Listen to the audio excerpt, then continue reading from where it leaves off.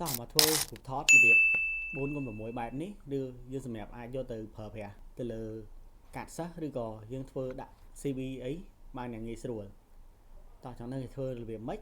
លឿនហើយងាយស្រួលរបៀបម៉េចតោះមកមើលវីដេអូនេះមួយខ្ញុំបងប្អូនគ្នាអូខេអញ្ចឹងវាដំបូងយើងចូលទៅ App Store យើងត្រូវមាន App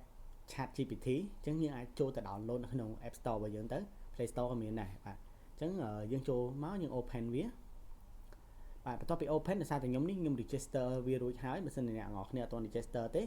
អ្នកនរគ្នាគ្រាន់តែធ្វើការ connect វាជាមួយនឹង mail ឬក៏ Facebook របស់អ្នកនរគ្នាទៅបាទអញ្ចឹងយើងដាក់រូបមួយណាដែលយើងគិតថាថតឲ្យចំមុខឲ្យចំមុខចំទៅវាងាយស្រួលចាប់បាទចាំថាថតឲ្យចំមុខចំហើយមានពលឺគ្រប់គ្រាន់ណាបាទអូខេអញ្ចឹងយើងរើសរូបមួយណាដែលយើងថតរួចហ្នឹងហើយយើងដាក់ចូលទៅពាក្យមួយនេះគឺ please turn it into ID card photo with shoot ដោយសារតែខ្ញុំចង់បានប្រភេទអាវធំបាទ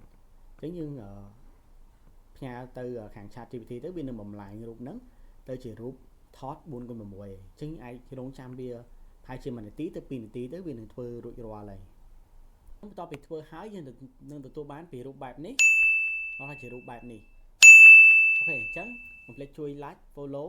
និង share វីដេអូនេះទៅកាន់អ្នក